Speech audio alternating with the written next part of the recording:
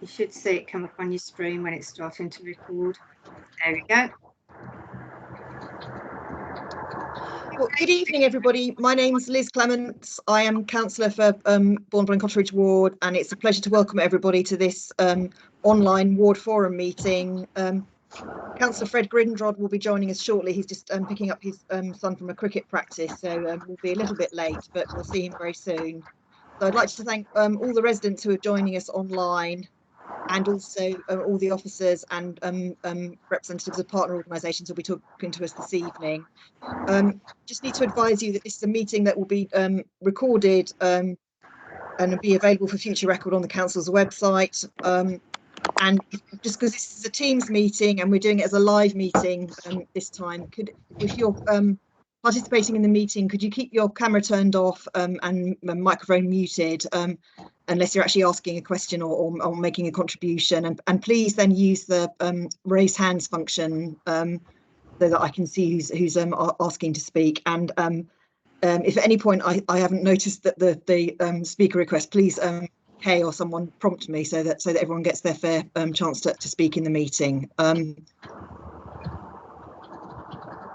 Yeah, no problem. I'll keep an eye. Okay, you actually, I can see. Sorry, but I can't hear anything.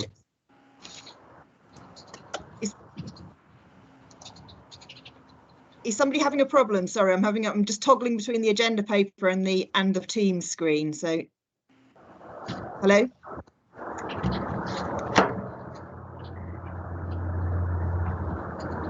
I think everybody's okay. Yeah, all good. Yeah. Is everybody else getting quite a lot of feedback? Yeah, I can hear some sort of outside noise. Yeah, if everyone could meet the microphones, please. Then, yeah, and I'll what I was just going to say finally is that we've got an item on the work that the council is doing on supported housing. Supported accommodation with Guy Chaundy and Deborah Mosley, and I think the officers need to leave. So if it's okay with Paul and with Evie and anyone else, I'm going to ask for that agenda item to go first tonight. So if that's okay, then I'd like to hand over to Guy to talk to us about that work. Hi, good evening, everybody, and thank you for letting me come and talk to you. And primarily today, I just wanted to go over where we're at with the pilot activity, which is government-funded oversight work looking into the issues around supported exempt accommodation.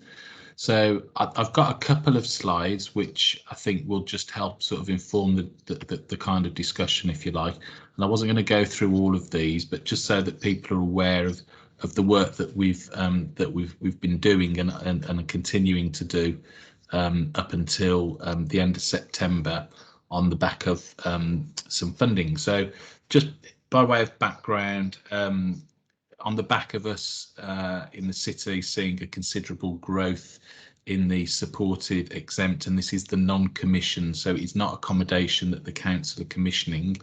This is accommodation that has grown considerably as a result of mainly registered providers setting up supported housing provision and claiming the enhanced housing benefit.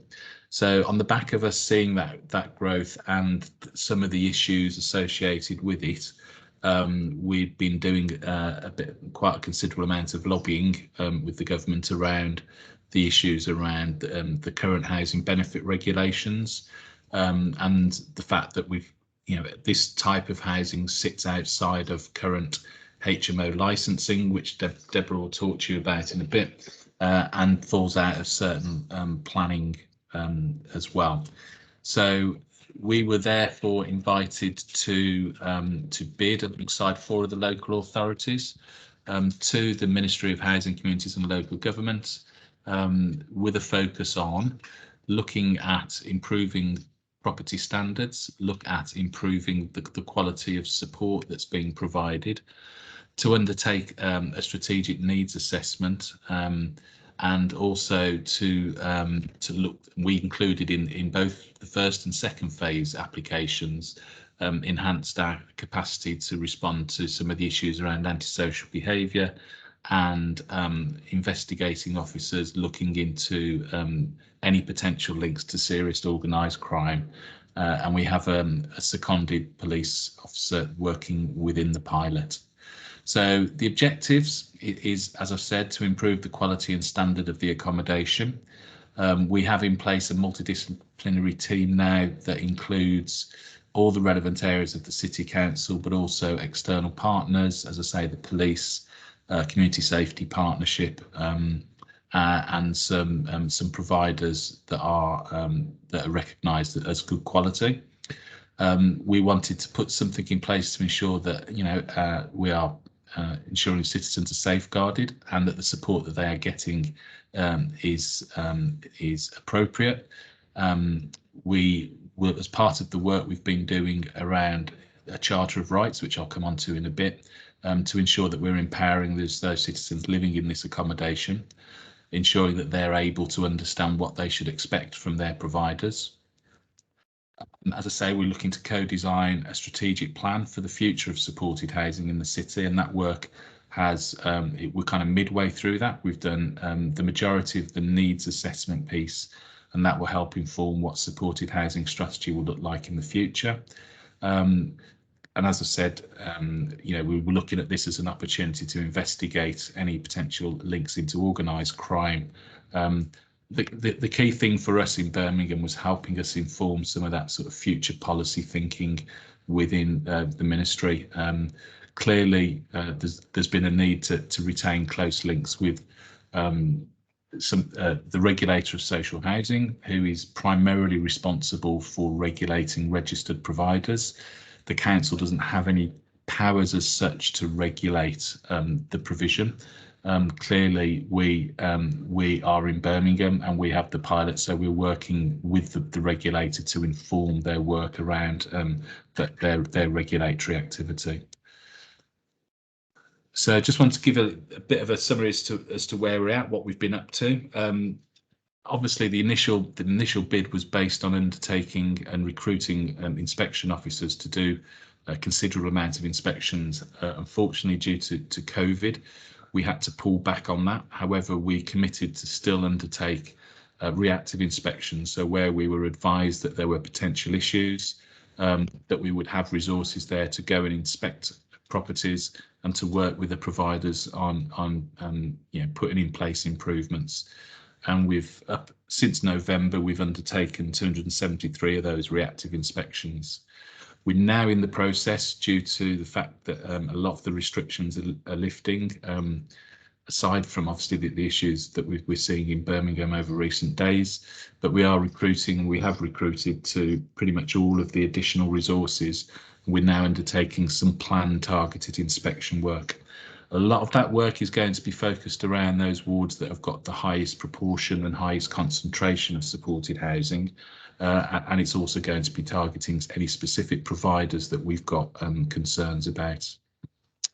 The community safety team have undertaken 103 visits supporting the inspection work, and they've conducted 191 investigations. A large proportion of those are ongoing.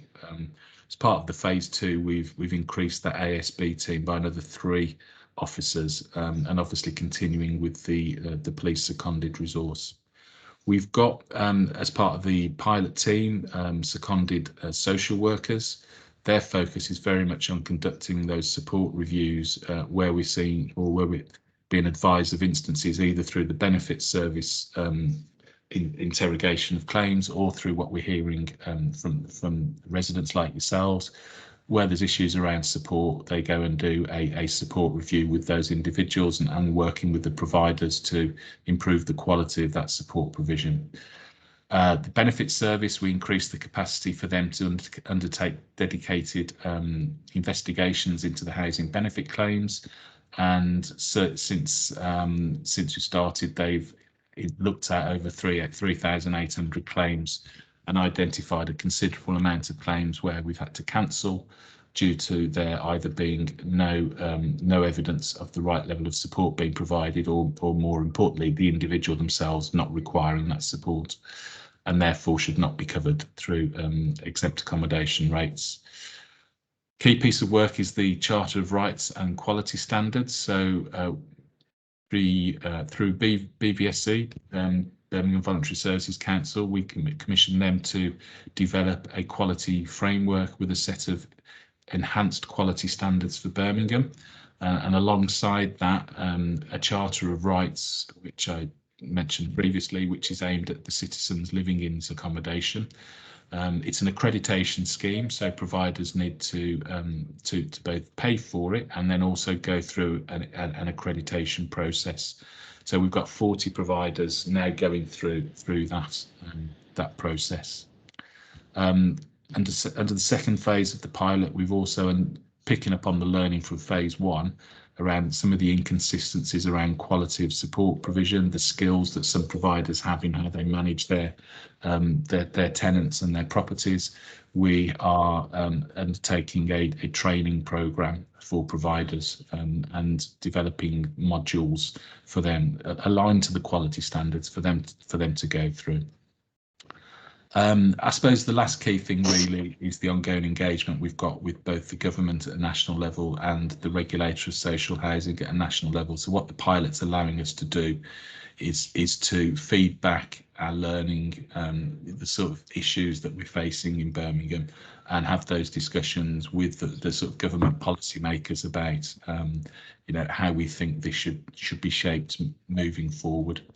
I will say, with the oversight work that we've done and also the work that the regulator have been doing, and the very sort of well publicised interest around the supported exempt sector, that we are starting to see a response from the sector and providers in terms of the numbers levelling off and the rate of growth decreasing. We've had 2 or 3 providers that are pulling out of the sector, some large providers, which we need to carefully manage. And I think that's last but one line just mentions there that we're doing a sort of a decommissioning strategy at the moment, which is how we as a council can support that fallout from the market to ensure that there's no resulting homelessness and that individuals are effectively accommodated. So I think that's it from me in terms of the pilot, and obviously prefer to have the time to answer any questions that people may have. Thanks very much, Guy. That was very helpful, and I think the reason why this is on the agenda is obviously that in Bournville and Cotteridge ward we've got some of the areas of what were sort of student accommodation, where there were there's a proliferation of HMOs, and increasingly we're getting exempt accommodation settings as well, which are causing quite a lot of nuisance to neighbours. And I think there's a concern about the quality of support that the vulnerable residents in those supported settings, what they're receiving. So it's really important to know, to hear about what the council is doing to try and improve things, and to lobby government for the improved regulation of this sector. So I know that there's is it Kath O? Sorry, I don't know what your surname is, but you'd like to ask a question, so please go ahead. Thank you. I just wanted to check, if I am working with a client who's living in supported exempt accommodation and I'm either concerned about something they've reported to me, or there is something I'd like to inform the people who carry out the reactive inspections, who do I need to contact at the local authority? Yeah, no, that's a very good thing, and I should have probably included that in the presentation. So we're trying to direct people through our PRS mailbox initially, so that we can So is that private rented sector, just so that people understand? Yeah, I'll post it in the chat, and what happens then, we filter out whether it's a HMO issue, if it's a planning issue, if it's around support exempt, then it can get directed in the right direction. So I will post that in the chat.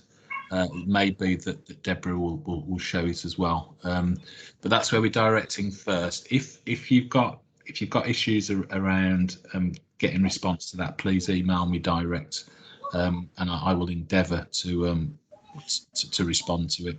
And it's interesting because the issue around support, because through the work that we've done to date, primarily the issues have been around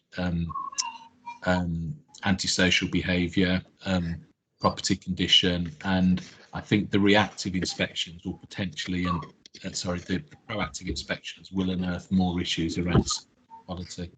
But so yeah, we're very keen to know if you're aware of issues around that.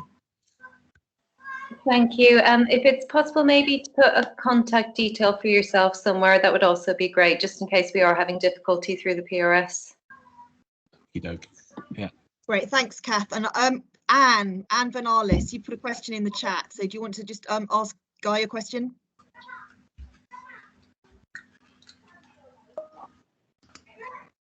Yes. What do we know about need for exempt rent housing versus the provision of it in Birmingham? Do we know if they're in balance? We feel that there is. So if you just revert back to the presentation, so part of the funding that we've had from the government is that we're commissioning a strategic needs assessment. So that work as kind of is almost complete. So that will plot need versus supply. I will say that the rate of growth has been considerable over a very short period of time. So we had approximately 11,000 units kind of consistently year on year up until sort of 2016, 17, 18, and then since then we've seen it grow rapidly to now over 22,000 units in the city. So we need to understand why that growth has occurred. Is it occurred because there's an increased need? I would probably suggest not necessarily. And is those 22,000 individuals that are living in this accommodation, do they need the support, or is this sort of plugging a different housing gap, if you like? So the strategic needs assessment piece is ongoing, and that will then inform the strategy, which we're looking to consult on around September, October time. So please keep a lookout for that, and we'll make sure that we send any links to you to have a look at the findings from that piece of work. So to answer your question, we haven't evidenced it yet. We feel that there is an element of oversupply, but we need to evidence that.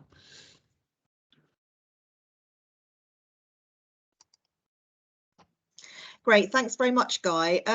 Are there any more questions? Because we've got both Guy and Deborah here, so this is a chance to ask questions, because I know this is, you know, a big issue of concern, particularly for residents around Langley's Road, Katie Road, Winnie Road, Lottie Road, up towards the Bristol Road junction.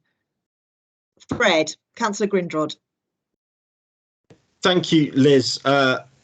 Apologies for being late. My Wi-Fi has all gone a bit crazy, so I'm trying to join via a phone network and things like that. Just want to say thank you to Guy and for coming along tonight. This has obviously been an issue that many residents have been in touch with me about, and I'm keen to continue to work with residents and to raise those issues. I know that there's the residents in Langley's Road and in the Katie Road area, and also increasingly actually in the Cotteridge, Middleton Hall Road area, have been flagging this issue up to me. So I'm really grateful, Guy, for you coming along to talk to them about this. And I think I'm keen to continue to hear from residents about these issues. And I just want to say that a real tribute to some of our our residents who've done some really good work to support and help their community through some of the challenges that the community's been through with regard to some of these issues. So just really wanted to say that, Liz, and to thank everyone and to know and to reassure them that we're committed to working to support the community on this very difficult and often complex issue. I have to say that the role that residents groups have played in helping us, yes, it's generated, quite a considerable amount of work, but the level of resident interest in this issue has been really helpful and considerable. And to be honest, we need that kind of intelligence. So I think I've put in the chat, if there are, I've got Langley's Road and Daisy. I'm aware of Daisy Road. I think we've had a couple of issues down there, but if people have got roads that they have concerns over, if you let us know, and we'll try and feed it into the reactive inspection work.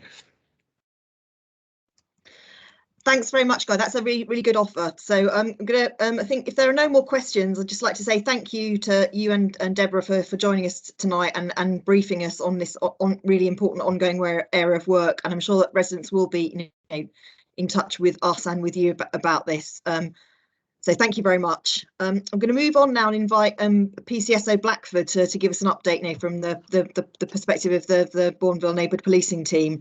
I think one of our residents has just put in the chat, Paul, that your whiteboard is showing in the back. Obviously, we've been through a phase of Dominic Cummings' whiteboard and all those sorts of things. I don't know whether there's anything confidential on there. I can't make out any details of it. I need new glasses, but just to let you know that. But anyway, I just wanted to say thank you for Paul, because I know that he's going on leave tomorrow, going on a well-earned annual leave. So he's joining us tonight, just on the brink of going on holiday. So thank you very much, and fire away, Paul.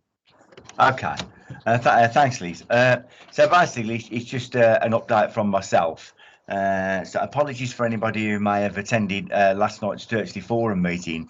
The figures will be pretty much, and the speech will be what you will have heard last night. So in relation to crime, so the crime dates I'm running between are the 11th of May and obviously today's date, the 15th of June. So for burglaries, so that will be residential, and for business, so like shops and stores as well.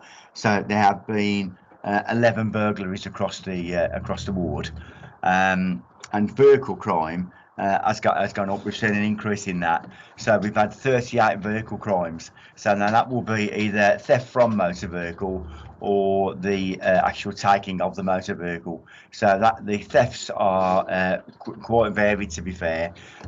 So for instance, we've had vehicles broken into, and everything from a satellite navigation system to loose change, sunglasses, various items taken. We've also had a pushchair taken from the boot of one vehicle, and of course we're still having issues with catalytic converters, of which Honda vehicles seem to be very susceptible. And apparently they're worth quite a lot of money when they're sold for scrap, and they're fairly easy to take. So we're told, out of all the vehicles out there, the Honda seem to be more susceptible for theft of the catalytic converters. But inquiries are ongoing and investigations are ongoing as we speak, to try and to obviously combat this crime. We have made one arrest in light to that, a male caught attempting to steal a car on Bournville Road. But yeah, it's an ongoing issue at the moment, and obviously work's ongoing to try and catch the culprits.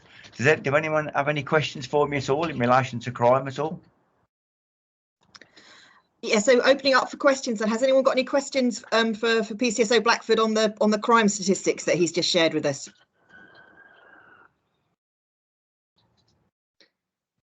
I'm not seeing any at the moment. Okay. So are there any other?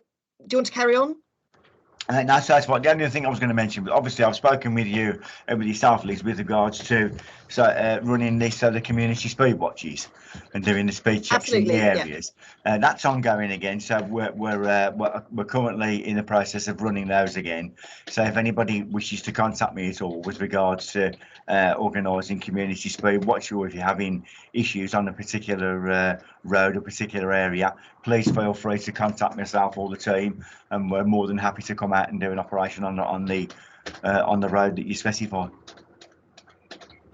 That's a very good offer, Paul, because I've already passed on a few requests to you, and I've received another one this evening. So I think as we're having partial unlocking, then there's more traffic building up on the roads. I think it's becoming a concern again. The levels of speed on a number of our roads. So very good to hear that the sessions are starting again.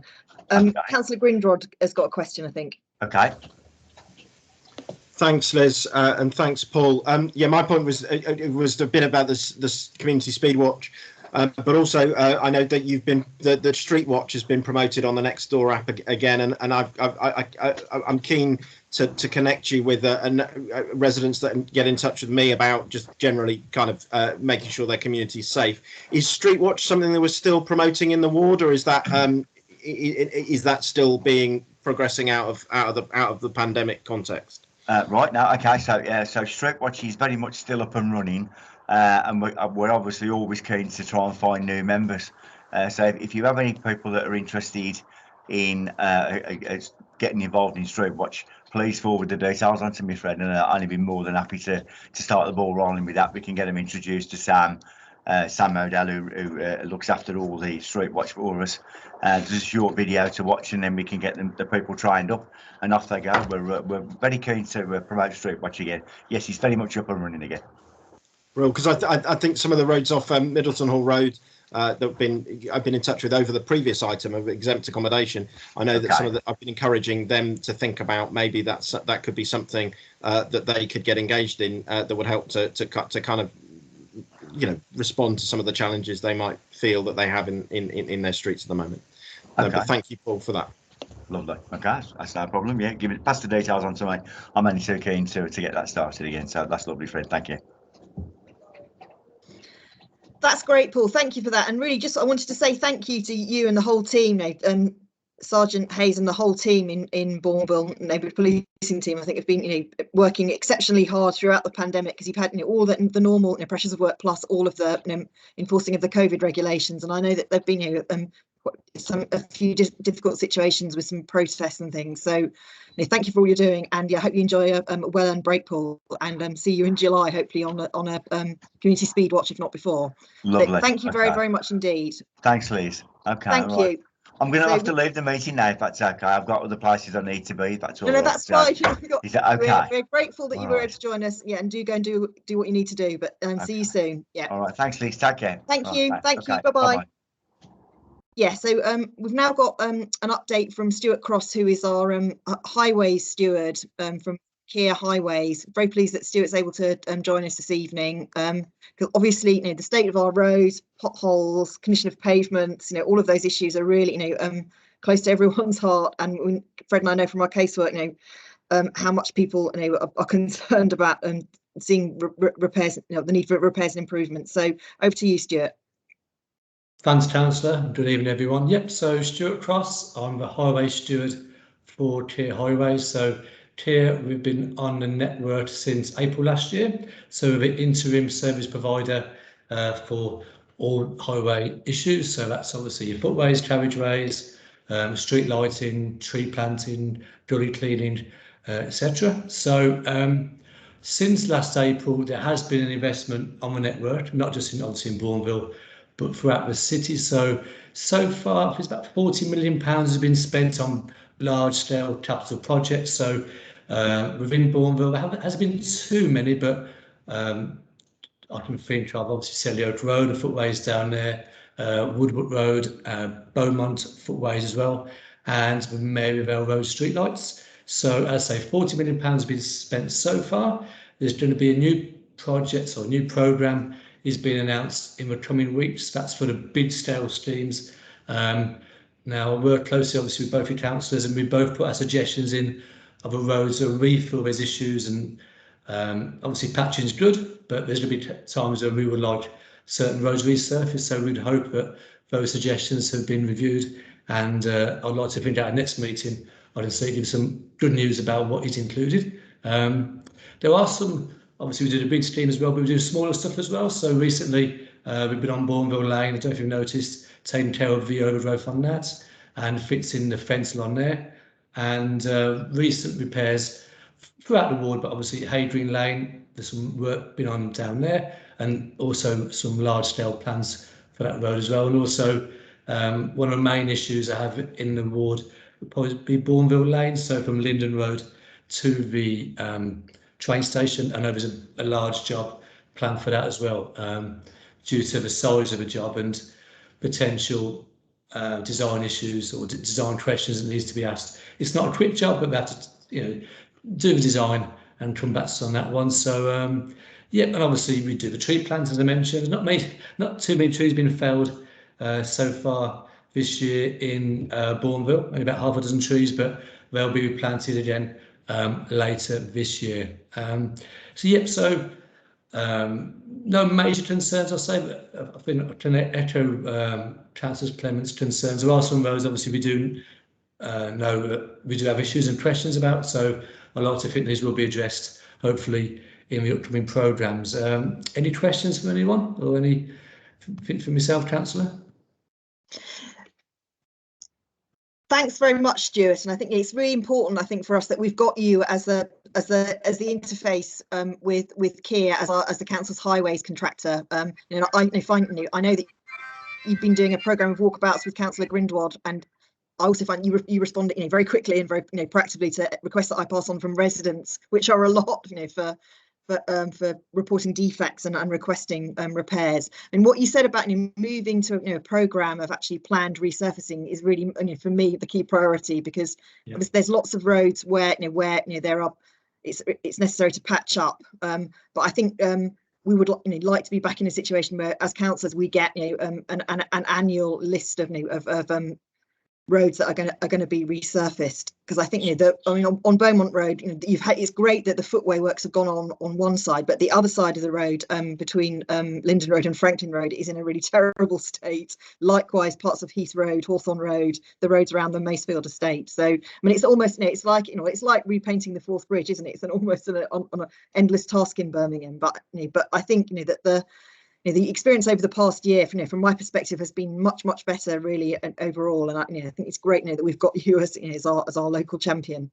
Thank you. One thing to bear in mind is for the smaller jobs, unless it's an emergency, they'll be done within 6 months, which is different to how it was under Amy. Before, it was trying to manage Amy's risk, but now with Kier, there's a guarantee that 95% of jobs will be done within about 6 months. So it gives yourself and obviously residents that reassurance, that if you report a job and it's raised and you're told a job's being done, it will be done. So no, and if anyone does have any issues, obviously speak to your councillors, but if you also go to birmingham.gov, and if you log it on there as well, you'll get an inspector on site in the coming days. So yeah, lots of options to get in touch, really. Yeah, I mean, I think the reality is, because of that we had a period of several years when the council was in dispute with the previous contractors under the PFI, Amy, and during that period there was a backlog of repairs built up, and I think that's what I pick up from residents, a sense of frustration sometimes at the speed of repairing. But I think the reality is that we are catching up after a few years when we weren't really getting the level or the quality of service that was required under the contract. So I feel that the last year's been positive, and better things are to come. So again, it's great that we've got you there taking forward all of the requests from residents. Fred, you want to come in? Thank you. Thank you, Liz, and thank you. Just my thanks really to Stuart for the excellent support that he's given us in terms of our ward walkabouts that we've been doing. Stuart and I we've traipsed many a street in Bournville over the last year, and picked up and recorded a lot of areas that we needed to improve. And thanks to Stuart and the team for doing that. And just to reiterate to anybody watching and those people present, that if you'd like us to do a ward walkabout in your area, then send me an email and I'll get that arranged. One other thing that I'd like to thank Stuart with is sometimes the problems aren't Birmingham City Council's fault. They're actually one of our utility companies. And I know that there was a real issue on Watford Road for some time as a result of utilities cover that took us some time to get sorted. And I just want to thank Stuart for his work in diligently pursuing and working out whose responsibility it was and making sure that got fixed, because it was lorries were driving over this cover and driving the residents mad. And I really do appreciate the effort that went in from Stuart and his team to actually get the water company, as it was, to actually respond and sort that out and admit responsibility and get it sorted. So thank you, Stuart, for that. And I know that really appreciate that work. And if anybody listening has a particular concern about particular things that aren't right, then let us know and we'll get those looked into. No problem. Yes, there was a similar issue with a Severn Trent manhole cover causing noise all the time at the top of Maryvale Road by the junction with Selly Road. And again, Stuart was instrumental in getting that sorted out as well. I can see a question in the chat from Mr. Bullock, David Bullock, who's asking who deals with overgrown trees, and he's thinking specifically of the junction of Woodlands Park Road and Bunbury Road. David, do you want to ask a question? Do you want to say anything more about that question? I mean, other than it's blocking the view of traffic coming out of Woodlands Park Road, you can't see what's coming down Bunbury Road. Okay, David, I know the junction you mean. What we can do, I'll get a inspector on site tomorrow. If it's a highway tree, that's quite easy for me to fix. If it's a third party tree, it might be a case of speaking to a local residents or confirming ownership. But highway trees are a bit easy for me to fix. If it's an emergency, it's where, especially on a footway, it's being blocked by an overgrown tree or bush, we do have the authority to sort of intervene and step in if we need to. So what I'll do, David, if I make a note of that, I'll get someone on site tomorrow, and if I can either take your details or respond back to the councillor, I'll let you know how we get on, and that's no problem at all. Thank you. No worries. I can see that Colin Thomas. Colin, you'd like to ask a question. Do go ahead. Yeah, I'm just wondering who's setting priorities, because I mean, I live on Bournville Lane between Linden Road and Selly Oak Road. I mean, it's nice to see the work on Selly Oak Road, but I live in a conservation area where presumably the council is trying to protect the look of the street, and yet the pavements are absolutely terrible. And we've had lots of discussions with our WhatsApp group about the pavements. And I'm just wondering whether it's because we haven't asked or whether it's a low priority.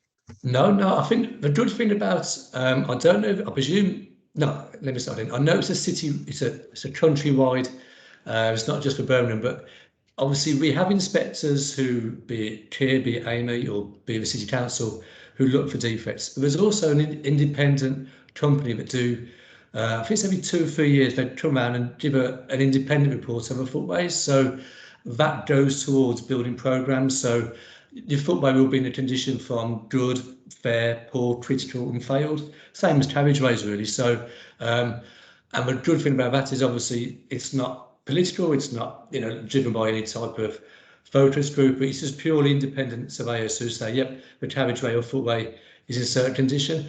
The issue I think on Bournville Lane, and it's not just, I would say on Bournville Lane, but probably across, the issue in Bournville could be, because there's a lot of footpaths that are not tarmac, but are flagged footpaths, which look nice, but unfortunately they do. If you've got mature trees down there, people, maybe not as big an issue on Bournville, but if these roads have been overridden by vehicles or delivery vans, you get these flagged footpaths, but probably quite nice 30, 40 years ago, with less vehicles and smaller trees, but over time they do get slightly uneven, and obviously there is an issue where the council do have an intervention level. Now that can't be zero, it has to be a certain amount. So sometimes with flagged footpaths, it may be slightly uneven and even maybe slightly trapped footways, but it may not qualify as a defect. So I know Bournville Lane quite well, and I think that may be the issue down there. It's just generally not tired, but it's just a lot of flagged footpaths where these can't get looked at bigger schemes as opposed to smaller works really. I wasn't waffling too much there on that one, but that makes sense. Can I come back on that? Just Sure. say, along Bournville Lane, yes, there are broken flags, and I understand the problem with that. But alongside those broken flags on the roadside, there's some tarmac, and it's a very rough tarmac. It's nothing like the thing laid in Selly Oak Road at the moment, for example. It really is a mess. And almost, I think we'd prefer to have a tarmac for the whole thing than broken flags with this rough. I think I know. Are you talking more towards the top of Linden Road, where you got some flagged footways, and there's a section outside our house, and which is near the corner with Selly Oak Road. Yeah, I know what you mean. Yes, I'm guessing probably historically there may have been a grass verge, and over time it's now been replaced by. I know exactly what you mean. It's a slightly rough area. What I can do, yeah, I know the area you mean. I'll just see if there's any work raised for that. If not, again, I can get an inspector on site to have a look at it and see if work does need to be raised. That's no problem at all. I think that can be done. I'll make a note of that. Thank you. No worries. Question. Great. Thanks very much for that question, Colin, and thanks for the answer, Stuart. So I just dropped out momentarily there from my broadband, so I'm on my mobile phone, so I can't have the camera on at the moment. I just noticed a comment in the chat from Shivaji Shiva about the need to sort of take action to try and combat pavement parking. Yes, I agree with that entirely. And we need, really, I'm hopeful that there will be some action at national level, which will give the council the sort of powers that London councils have to ban pavement parking completely across the city, because that's what we need. Because there's nothing more depressing really than having a pavement replaced, and new flagstones put down, and then seeing that someone drives over it and they're broken or almost immediate. That's something that seems to happen quite often. I'm thinking of roads like in Mulberry Road, where there've been repairs and improvements, and then almost immediately the paving stones are broken. So I think Stuart's right that in the end asphalt replacement quite good. Are there any further questions? Are there any further questions for Stuart?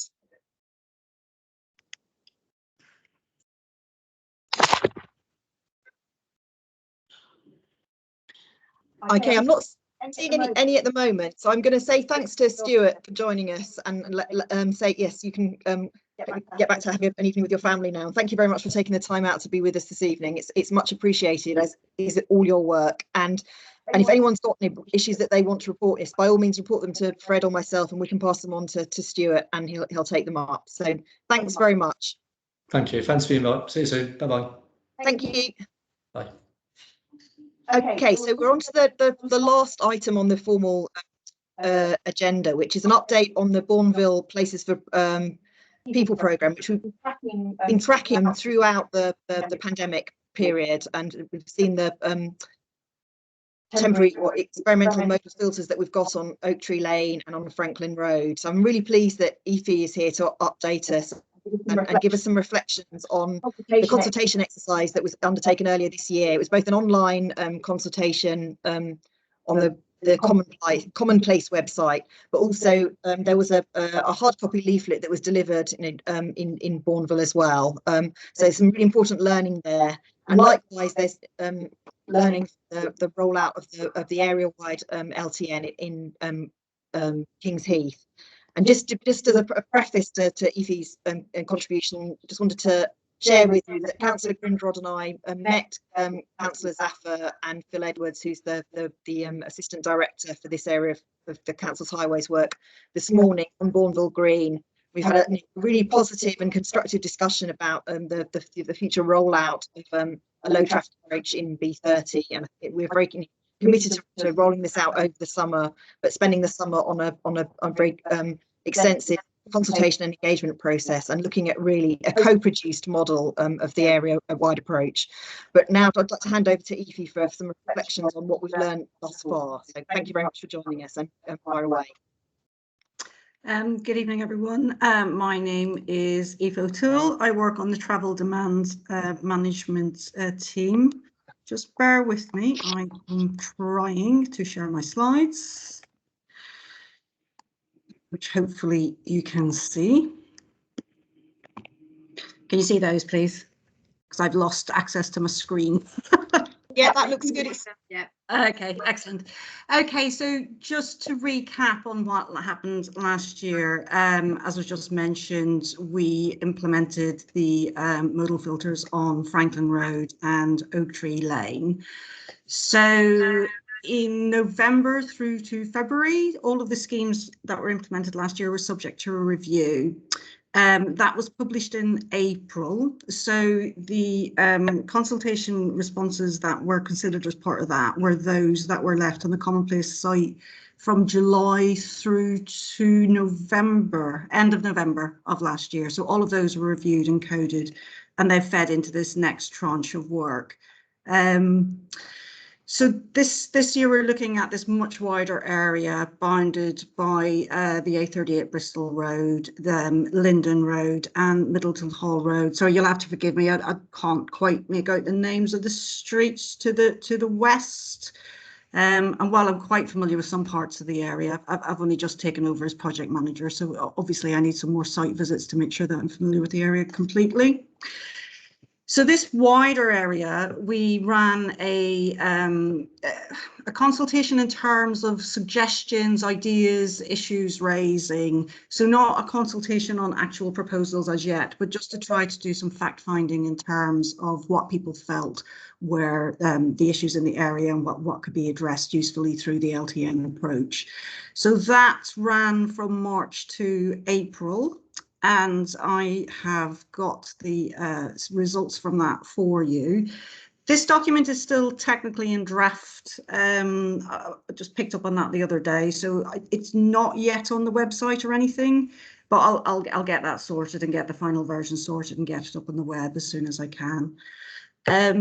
So the first question that was asked about respondents' relationship to the area.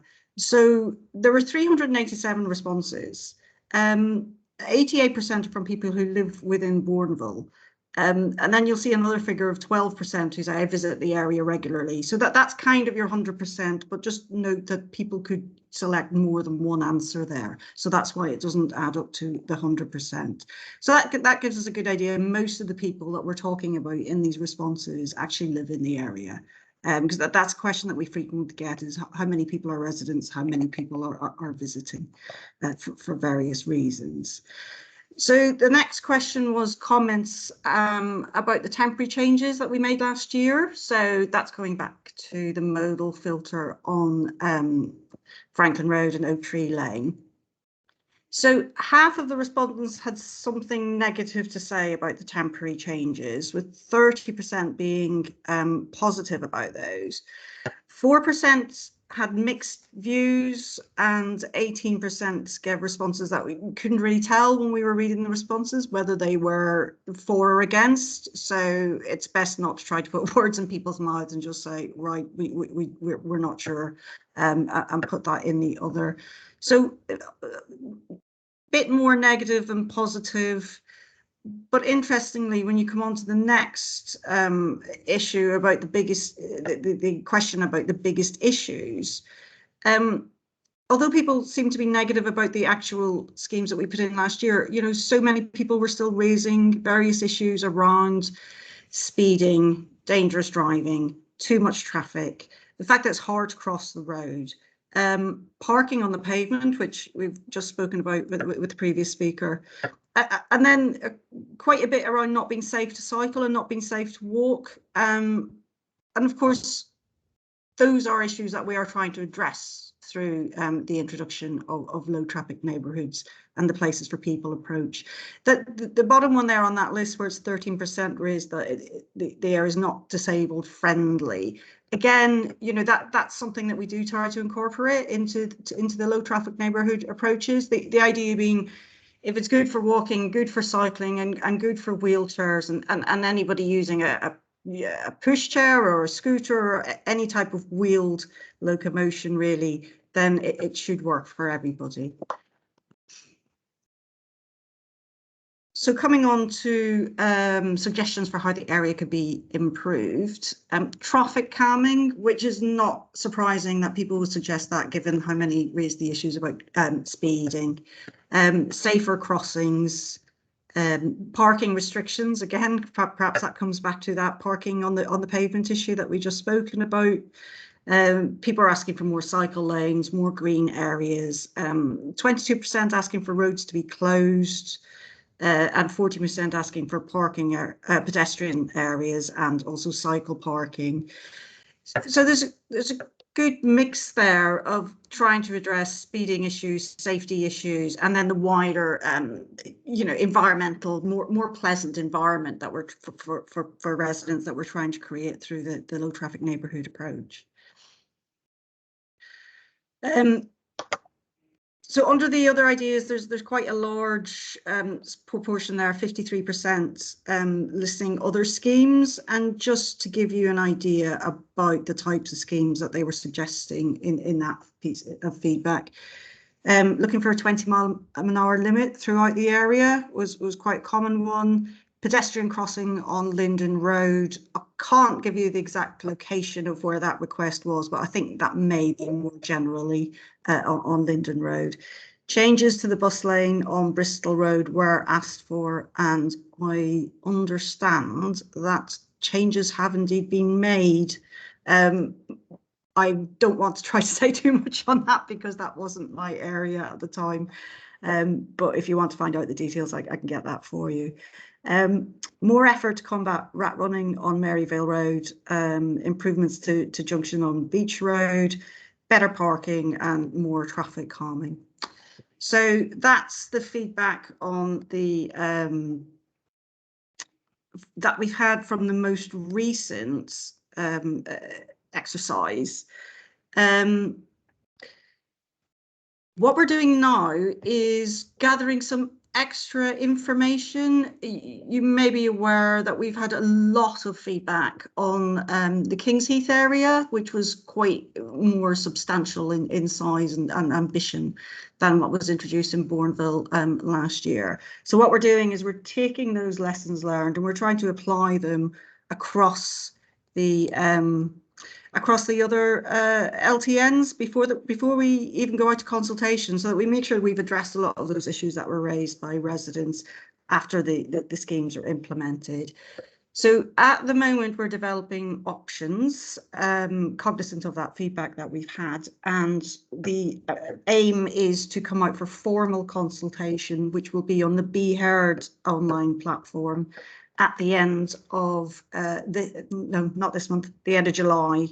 And the idea will be that we'll have two options that are looking at different ways of delivering the low traffic neighbourhood.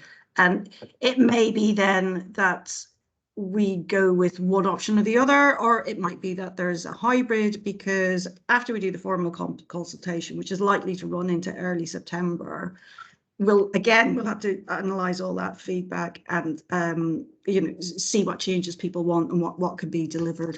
And it might be that we end up with a slightly hybrid kind of option for implementation. So I have kind of assumed quite a lot of background knowledge with people about the LTN. So apologies if you're not so familiar with it.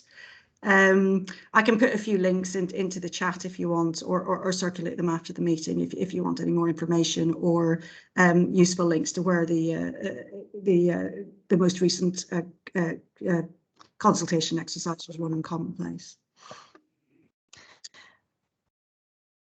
Great, thanks, Sophie. I thought that was very comprehensive, and yes, very well structured. And this is an issue that we've been tracking really since I think the last meeting that we had face to face in I think it was February 2020. We had a major item on the Birmingham transport plan, which, as you know, like the four big moves in that plan, and a lot of the sort of measures that were then subsequently implemented as part of the emergency transport response to COVID, were already there in principle in the Birmingham transport plan. So these are a set of issues that we've been tracking through this forum on an ongoing basis, and there's a lot of interest and a lot of strong views in about ways to reduce traffic and improve road safety, improve air quality in our area. So I think that everyone's got a shared concern in improving the quality of life by reducing the amount of short journeys, rat running and speeding, and making it generally a more pleasant environment for people to walk, cycle, allow their kids to cycle, and for older people to know that they can take a stroll without being in danger of being run over or indeed tripping on footways. So very good to have that feedback and reflection, and to see a diversity of views there.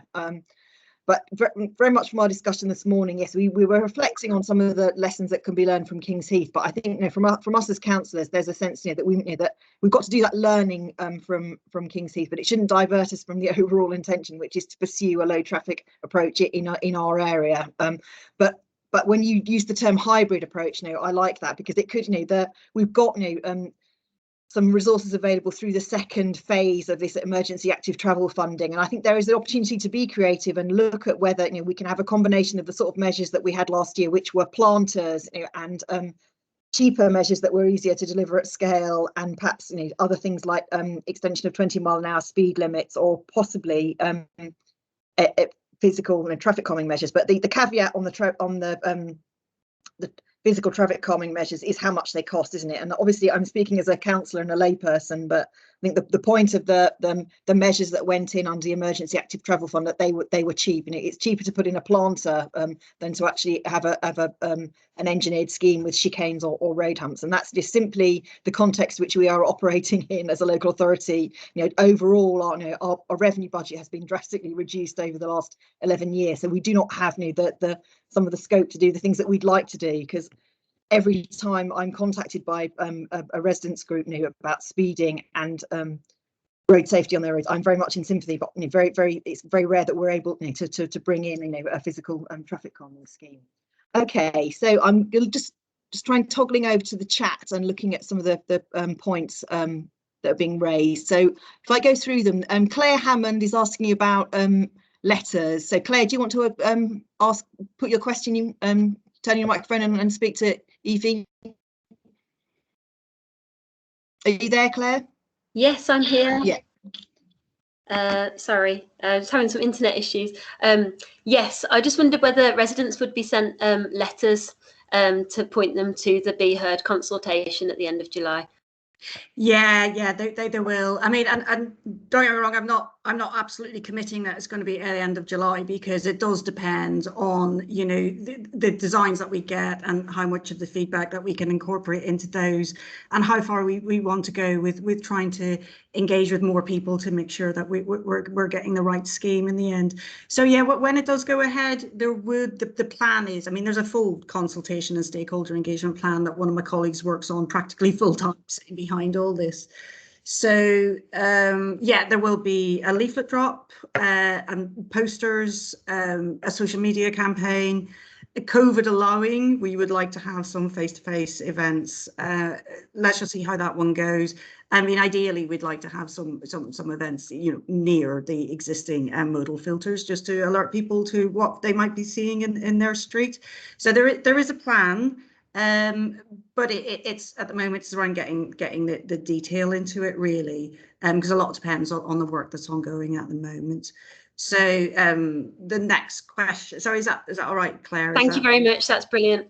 Okay, so I just noticed the next question was about the key steps in the timetable, so it's related, so I'll go ahead and take this one if that's all right, Councillor Clements. Yeah, that's fine. Yeah, that would be very helpful. Broadly, we're looking at getting these options developed for the end of July-ish, and then there's a little bit of an argument over whether it's really the best time to consult over August, and we might have to extend that to the end of September just to make sure that everybody has got a good chance to get their comments in and have their views heard.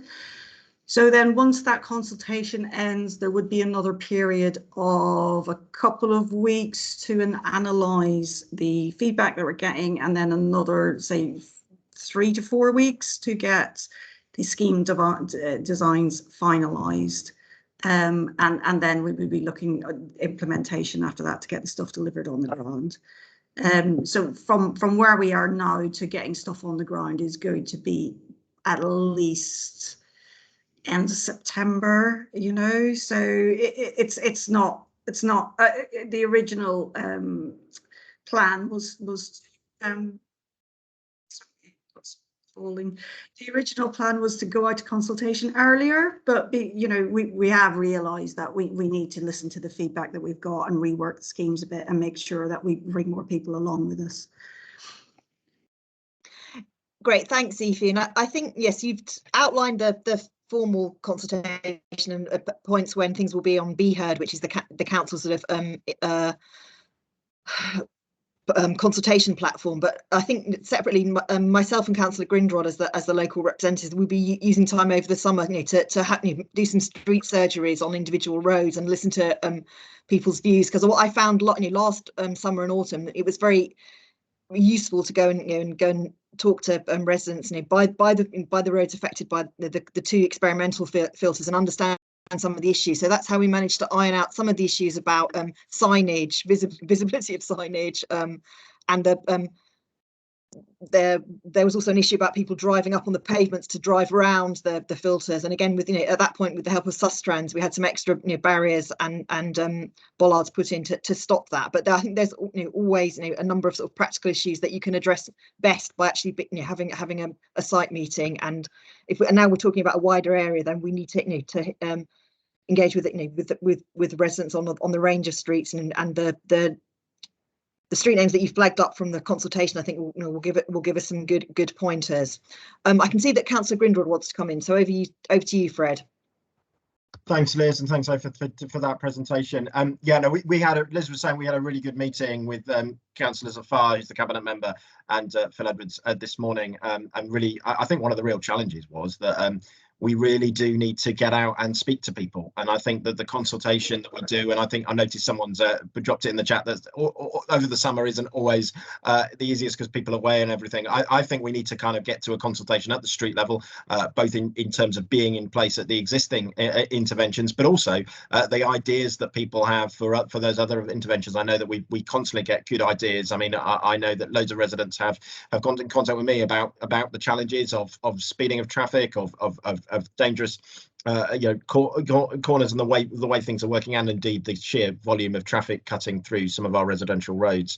And I think those ideas we need to do some small community meetings there to hear from residents, to make sure that we bring everybody with us on this journey that we're going to go on. And so I look forward. We've been talking a lot about this, and I think we're going to have to still do some more talking. But I do believe that we, as Liz said, we are committed to tackling to delivering low traffic across our residential areas in Bournville and Cotteridge. So yeah, I just wanted to say that I think one of the things that, Liz, we're going to try and do is we're going to try and work with councillors of FAR to kind of come up with an agreed statement, because I know people are concerned about what's happened in, what the situation is in King's Heath, and as Liz rightly said, we can't be knocked off course by that. But so we need to make a clear set of how we're going to proceed on the back of that. And I think Liz and I are going to work with councillors of FAR to come up with an agreed statement as we go forward, and what our agenda is for a Bournville and Cotteridge low traffic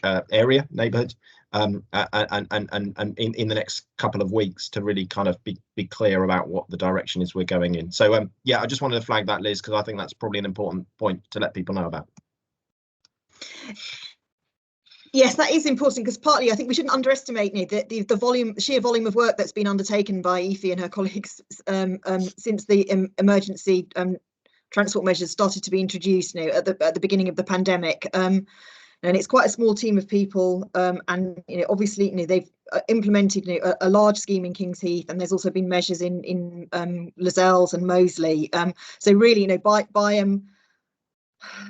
pinning down what we want in the B30 area, we will help Aoife and her colleagues to actually do their own work planning, because we need to do something that's practical and achievable over the summer. And I completely take on board the comments that are being made by Shivaji and others about the need to advertise the stages of the consultation well in advance. So that hence why I was very committed to having a discussion about this tonight, because it's something that's very close to my heart. And I do think that again, I can see some other comments from Naomi Fisher about the need for the engagement activities to continue to talk about the range of benefits that arise from having a low traffic approach, which are not just about traffic. They're actually generally health and well-being benefits. And I think we're privileged in a way to live in an area that's got lots of green space, a good sense of community, and options for doing local shopping and good local amenities. So we need to make sure that that we have a dialogue about all those things, and how we can look at reducing levels of traffic to everyone's benefit. Naomi or Shivaji, do you want to make a comment? Because I'll open the floor to you and anyone else who wants to ask questions. Don't be shy.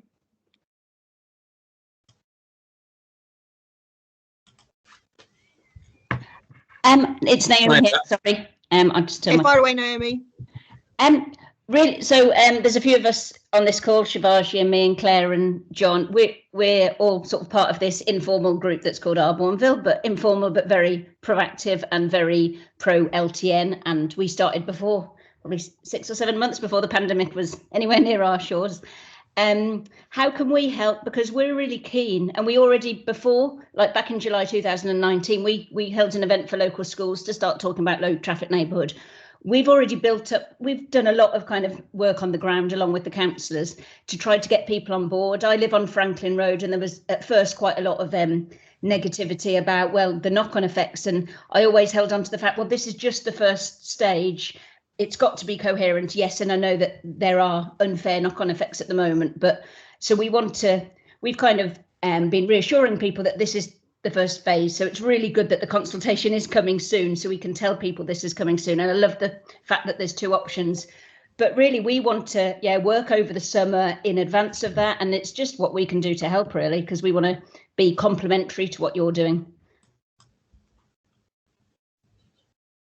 I think we're looking at co-design, aren't we, Councillor Clemens, over the summer, and greater stakeholder engagement. So there might be some opportunities there to engage with you. So if you want to get in contact, either through the councillors or directly with myself, then I can have a chat over the next few days and just explore the possibilities. Yeah, I think that would be very welcome. Yeah, I think that's a very good offer from very good to connect you all this evening, because I think what we want over the summer is a I'd call it, from my sort of policy perspective, as a co-production process. And the thing is, I think what we need to avoid, in King's Heath, it seems to have become very polarized. Let's put it like that. I'm choosing my words carefully. And we've got to come up with an approach that that's got a good level of support across everyone, because not everyone is sold up sold into the low traffic neighbourhoods model, and we've got to listen to everyone's views and look at the range of options that are possible. And again, Fred and I are lay persons. We will take advice from the people who've got the highways engineering expertise, and also we need to look at the experience from other places that are moving forward on this LTN agenda, like the London Borough of Waltham Forest, but also places like Oxford, which are moving fast on this agenda as well. So, I mean, the council ward that I used to represent when I was on Oxfordshire County Council, Cowley, which is right near the Cowley Works, i.e. the car factory, is going great guns on this. So we need to look at, but again, there's a lot of opposition, and we can't, we've got to listen to everybody and come up with an approach where, everyone can see the benefit. So that comes back to the awareness raising that Naomi was talking about, but we've got to listen to to the legitimate concerns as well. And I think the issue that I've picked up is that because we've only had the 2 experimental filters in isolated locations, people are concerned about traffic being displaced to other areas. And I think in a sense, you need to move to the area-wide approach and try that out to see how it works over a wider area. But and for me, at the base of all of this is that we need fewer car journeys. It's not a war on cars, it's an approach about encouraging appropriate use of cars. So in a built-up area, or in a suburb like ours where we've got local facilities, it's trying to help people feel that they can safely walk and cycle for short local journeys if they are physically able. And no one's saying that somebody who's disabled or has got a problem with mobility has got to be forced to walk or cycle if they cannot, and that's absolutely not what our intention is. But we know, from the first lockdown, when everything was closed down, people were absolutely enjoying going out and taking advantage of the green spaces that we've got across this area, and we're very, very lucky in this area that we've got parks and a good level of tree canopy and all of those spaces and places for people to go. And it's just that people who started cycling during the pandemic, once they realised that they would then have to go back onto cycling on roads, I think that's quite a shock. I mean, I can say that from my own perspective, I was brought up cycling. I cycled to school in a different part of the country. And I've started cycling again in Birmingham over the last 10 years. And on the roads, despite all of the improvements in infrastructure, it can be quite a daunting experience, particularly if you're an experienced cyclist. So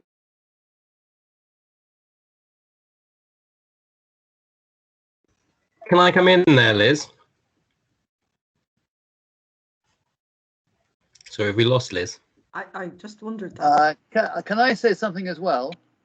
Sorry, guys, we seem to have lost Liz's connection, so I better jump in and chair until Liz is back. So I think, Shivaji, if you don't mind, John coming first, then I'll move to you. And if everyone else can turn their cameras off, because I think that might be part of the connection problem. Hi, the particular point I wanted to make is that there's an argument applying to King's Heath that sending more stuff along the high street in fact increases the pollution in the high street. So if you're wanting to really reduce pollution, you've got to be very careful where you put your barriers in making your low traffic neighborhoods.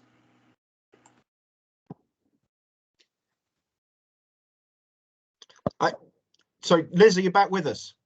Yeah, I'm on my phone now, so apologies if the picture is a bit wonky. I mean, I understand what your concern is there, John, and you know, great to see you on the call this evening. But again, in King's Heath, I think that the big issue there, you know, over the 25 or so years I've lived in Birmingham, has just been simply the volume of traffic on King's Heath High Street and on the side roads, and that's you know, that's where we're trying to get to reducing the number of vehicle movements, you know, for short journeys, often being undertaken by one person in a car. And I think, you know, and so what we're doing is trying to encourage people to the term is mode shift, you know, to choose to travel, you know, in a different way, either on foot or by bike or on public transport, you know, when they feel that it's safe to do so. And I think until we can get, you know, find that balance between, you know, putting in the, you know, the low traffic measures and getting people to make different choices, then it's going to be difficult to deal with the concerns about traffic being displaced, you know, to other roads. But we've got to start somewhere, and I think, you know, that again, I'd like to say thank you to Evie and her colleagues, you know, for the huge amount of progress that we've made over the last 15 months. Because when we started talking about this approach at the end of 2018 and 2019, I certainly, you know, didn't expect that we'd have made, you know, this much progress, you know, in a relatively short time. And obviously, you know, we've had this horrible experience of the pandemic, but, you know, from my point of view, you know, that one of the few positive things that's come out of the pandemic is, you know, is the more of a public dialogue about how we move around in this city and how we can actually avoid ending up with gridlock and address air quality issues and create a better environment for all of us to walk and cycle in.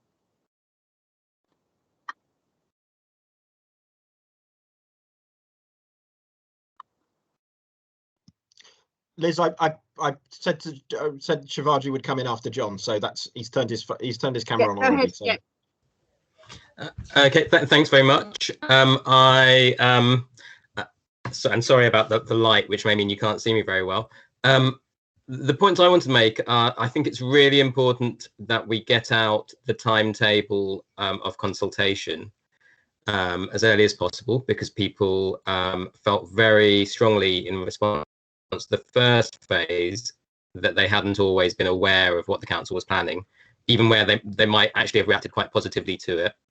And in relation to that, I think our Bournville and other local groups can help in ensuring that it's possible to talk to the groups that are commonly cited when objections are made later on. And for me, that would include people with a variety of disabilities, older people, children, directly where possible, through their parents where that's harder, and some of the local business owners. And we've begun to engage with those groups and would like to do more, and appreciate that the resources of the council for doing so are limited. So I think we're keen to do all we can to ensure that it's possible to make those steps earlier, rather than being forced to respond once criticisms have been made later, which is always a little bit harder to do effectively. So again, just an offer of help and support. And that's all for me for the moment. Thanks very much, Shivaji. And I think Evie's already said that she'd be happy, you know, to work with you and make contact outside of the meeting, because I think you're right. The giving people, you know, clear notice and a sense of the stages of the process is really important. Though reflecting on last year, I do think, you know, that we need to remember what it was like, you know, from March 2020 onwards. You know, that, you know, the real sense of, you know, an unprecedented emergency, and the direction coming down from government to actually respond, you know, as was fitting for an emergency. So that's why, you know, the filters were installed under experimental traffic regulation orders, which in effect allow you to do a live experiment, and so implement the measure and do a consultation alongside it. So that was something that was appropriate for that for that emergency situation. But over this summer, we've got the chance to work on a much more extensive engagement and consultation process and come up with a co-produced model. And I think that that's really important. And I think that's what Councillor Zafar, as the cabinet member, leading this whole agenda for the city, wants to see. And also it's important to our Steve McCabe, our local MP, and residents across the area.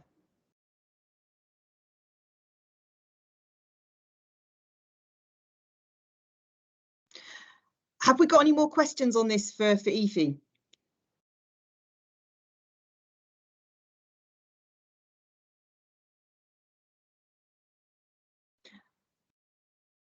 I'm not seeing anything in the chat. So are there any concluding remarks that you'd like to make, Aoife, before we thank you for joining us this evening? No, thank you for having me. I'll follow up on those actions tomorrow about getting in touch and considering how we can better engage with people in advance of coming out for the formal consultation. So that's good to hear. Are you able to share your email address in the chat, or I don't want to land you with a deluge of emails, but it might be simple for people to get your contact details if you're willing to do that. Yeah, that's fine. Yeah. Excellent. Thank you very much. Yes, your email address is now in the meeting chat. So thank you very much for that. And so just before we go on, there was a little comment. I think it was Mr. Bullock about Google, and when we close junctions, do we update the sat nav companies? The answer is yes, we do, but it's actually quite difficult for us to do that. A lot of the sat nav companies rely on reporting by users. And they update their maps from the actual GPS signals from the phones. So it's when the new routes become established that the sat navs start to change. So it's an interesting question, and one I wasn't aware of until a couple of months ago. So I just spotted that one, and I thought that might be worth mentioning. Thanks for flagging that, because again, I don't drive, so I'm not, my awareness, like you, my awareness of this issue, has sort of developed over the last few months, and I think but I think there's been a trend over the last 10 years or so of different sat nav programs actually directing drivers, through shortcuts and rat runs through residential streets, and that is actually part of the problem. And I think it's an even worse problem in London than it is in Birmingham. So whatever we can do to ensure that Google and SatNav programs are updated when we do have the different low traffic approaches implemented is very important. So yes, so thanks for flagging that from the chat, and thanks for David Bullock for making that point. Excuse me, sorry, this is Rachel. I just had apologies, I couldn't get off mute fast enough when you asked for any questions. No, that's fine. Go ahead. Question. Brilliant, thank you. So I was just going to ask, is this, because I think it's fantastic that we're consulting, and it's definitely a thing we should do, and apologies, my Wi-Fi is not very good, so I'm not going on video. But I do want to kind of ask just a more basic question of, is it a case of the LTN is going ahead and it's the options that will be picked, or actually is the consultation, if it arises that people don't want it or don't want the options on the table, will that not happen? Or is it kind of a bit of a foregone conclusion that we will do something, it's just what we will do?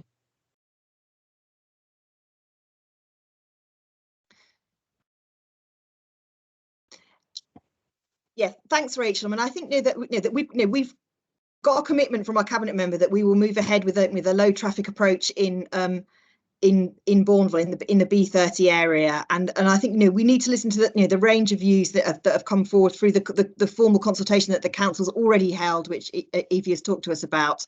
So I at the moment, I think we need to maintain an open mind, because there's nothing worse than launching a consultation process if people don't believe that they can't influence the outcome. So that's why we can't say that this will definitely end up in an LTN and nothing else. It might be a low traffic neighbourhood, and then looking at as part of that 20-mile-an-hour speed limits or some traffic calming. But it's really an open consultation, but but with with the awareness that we've got the resources available from the emergency active travel funding, and we need to look at what we can achieve at scale through that funding. And we know, from the budgetary realities that that we'll get more out of the approach with planters and the measures that we implemented last year than just a very small number of physical traffic calming schemes, which are very expensive to implement. So I think that what I think we'd both like to emphasise, myself and Councillor Grindrod, as the elected representatives for the ward, is that we want something that is co-produced, so that there is a genuine chance for residents to shape the plans that we come up with in the autumn. Brilliant. Okay, thank you. That's helpful to understand. Thank you. Great, thank you very much, Rachel. Okay, in view of the time, because we're due to finish at 8, I'd like to draw that to a close and say thank you to Aoife for joining us, and look forward to working with you over the next few months on this really important project for our area, and welcome your openness to engaging with residents on this call outside the meeting. So thanks very much, and hope you enjoy the rest of your evening. Okay, thank you. Great. So just for the last 10 minutes, I think we've just got any opportunity to ask any further questions of both myself and Fred Grindrod as your councillors. And Fred, do you have any items that you want to update the meeting participants on? Yeah, thanks, Liz. Two things from me. One is attendees may remember that prior to the pandemic, we had our B30 networks, our B30 get-togethers, where we'd bring community organisations in Bournville and Cotteridge ward and some of the surrounding areas of Sturchley and Selly together to kind of discuss and share ideas, update people, update each other on what's happening, what they're involved in, also funding opportunities for community groups and things like, and organisations. We held the first of those virtually a couple of weeks back. Bournville Village Trust are facilitating that. So if you're involved in a community organisation in Bournville and Cotteridge and would like to get involved in our B30 network, then please do email me or Liz, and we'll make sure you're connected up to future events. The first event was very successful. I think we had about 30 or 40 people present, representing different organisations. That also brings me actually onto the fact that Bournville Village Trust were unable to join us tonight, but they will be providing updates for future ward forums. It just tonight didn't work for their community engagement team. But Liz and I continue to work closely with Bournville Village Trust. And the final thing is that for residents who live on the new estates at the north of the ward, so that's on the old Selly Oak Hospital site, I've been working with both the kind of residents association stroke neighbourhood watches of both the Oval and the Oaks to try and organise a meeting with Steve McCabe, our MP, to talk about issues impacting people who have moved into those new estates, and bring people together. So if you are living on the Oaks or the Oval and would like to attend that meeting, please send me an email and I'll make sure you get invited, because Steve has been aware of some of the challenges that we've had on those estates for some time now, and is keen to meet residents and hear from them their issues and how we can support you as both your local councillors and your Member of Parliament. So that's they're the main items from me, Liz, and I look forward to hearing if there's any questions anyone wants to ask. Hi, has anyone got any questions for either Fred or myself? It's an opportunity to ask about anything that's on your mind at the moment, any issues on your street or in your area.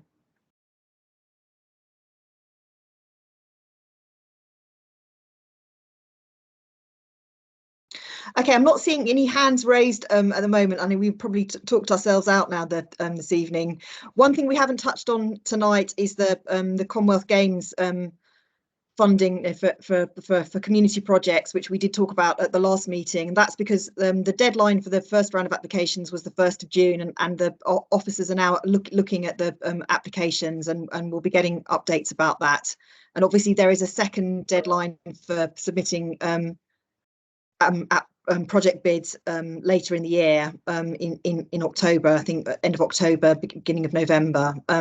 So really that is a good opportunity for local groups to do something to celebrate the sports and the Commonwealth legacy in the city. So that will be something that we'll be coming back to in future meetings, and it will be taking up quite a lot of time on the agenda, I would think. And then the final observation from me. This is the first of the online meetings where we haven't had a formal item about the pandemic. In the previous meetings that we've had an update from the public health team. I think when we planned the agenda for this meeting, we weren't anticipating the recent developments with the upsurge in the Delta variant. So I think the main message that's been conveyed to us as councillors is to urge everybody to just take up the vaccine and take up the first and second doses. I don't think it's so much of an issue in Bournville and Cotteridge ward as such, but there are parts of the city where the uptake in the over 50s has been low. So the city has got surge vaccination programs going on, which is being delivered in partnership with the NHS and public health. So we're constantly continuing to monitor the situation, and we'll take an update from public health at a future meeting if it's necessary. And see Shivaji, I can see your hand up. Do go ahead.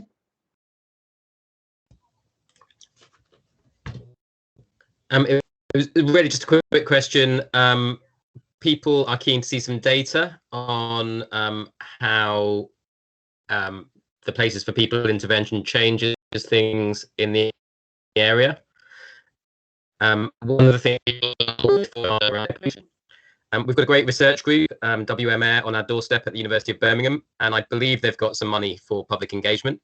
I just wondered if there was any way we could draw on their expertise to get some information on levels of pollution in the area now, or other helpful data that might help offset the feeling that people sometimes express, that they can't see measurable indications of what changes have occurred.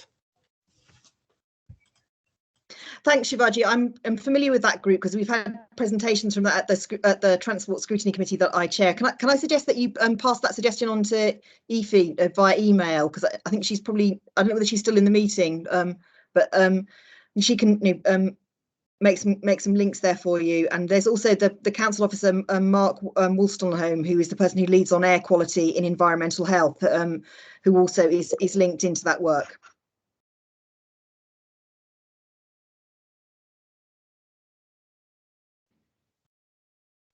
Okay, I'm not seeing any more questions, so I think we can draw the meeting to a close. And I'd like to thank everyone who's presented for joining this evening. I think we've covered a really interesting range of issues and some big projects that are moving forward. You know, the work to better regulate exempt accommodation and all the work on a low traffic approach, you know, for our area. So thanks very much, everybody.